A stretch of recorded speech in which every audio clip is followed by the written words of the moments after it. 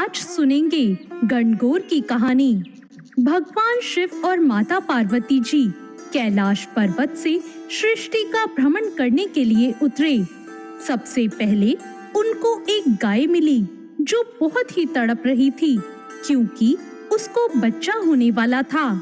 माता पार्वती को उसे देखकर बहुत घबराहट हुई।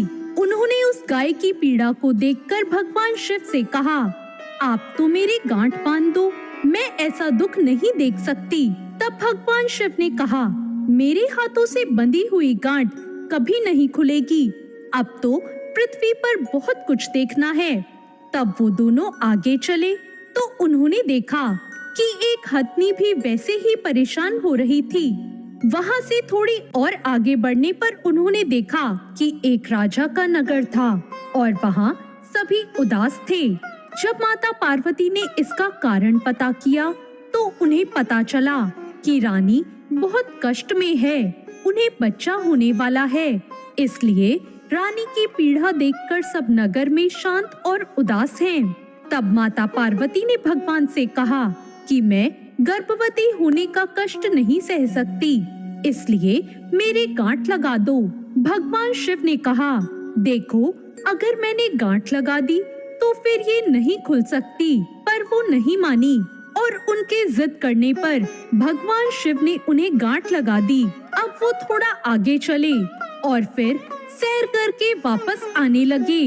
वापस आते समय राजा का नगर आया और उन्होंने देखा राजा के यहाँ शहनाई और बाजे बज रहे हैं और खुशियाँ मनाई जा रही है। रानी भी बहुत खुश हैं। तब गौरा जी ने कहा, आप मेरी गांठ खोल दीजिए, मुझे भी बेटा होगा तो मैं भी इतनी खुश होंगी। तब भगवान ने मना कर दिया और कहा, ये गांठ अब नहीं खुल सकती। और फिर दोनों आगे चले।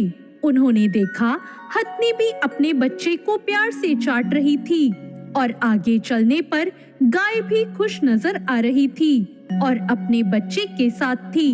तब माता गौरा ने भगवान शिव से एक बार फिर कहा कि आप मेरी गांठ खोल दीजिए, मैं भी माँ बनना चाहती हूँ।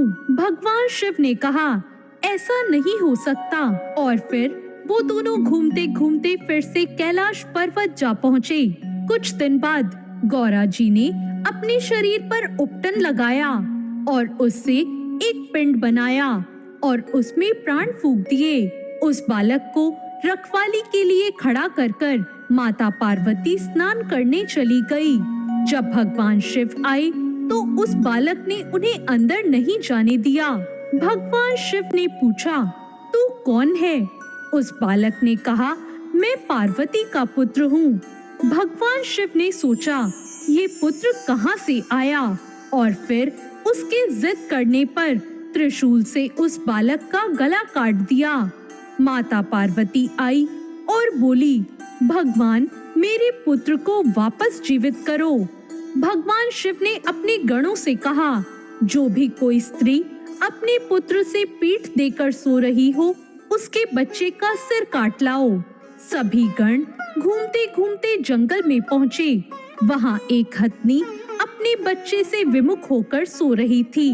गणों ने उसका सिर काट लिया।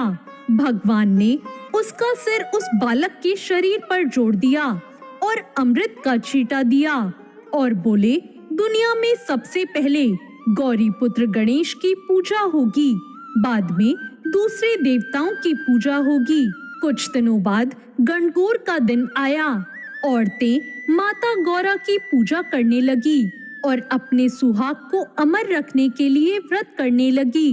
तब उन्होंने सारा सुहाग पहले पहुंचने वाली औरतों को बांट दिया। तब भगवान ने कहा, तुम्हारी पूजा करने वाली ब्राह्मणी और बनियानी तो धीरे धीरे सज धज कर आ रही हैं और तुमने सारा सुहाग पहले ही बांट दिया। तब उनके आने पर गौरा जी ने नैनों से सुरमा निकाला, मांग से सिंदूर निकाला, टीकी में से रोली निकाली और चिटकी उंगली से अमर सुहाग होने का छींटा दे दिया और उन्हें भी अमर सुहाग बांट दिया। तो ये थी गणगौर की कहानी। हे भगवान, कहने वाले को, सुनने वाले को, हुंकार भरने वाले को, सभी को अमर सुहाग देना और सभी पे अपनी कृपा बनाए रखना। ये कहानी आपको कैसी लगी कमेंट करके जरूर बताएं।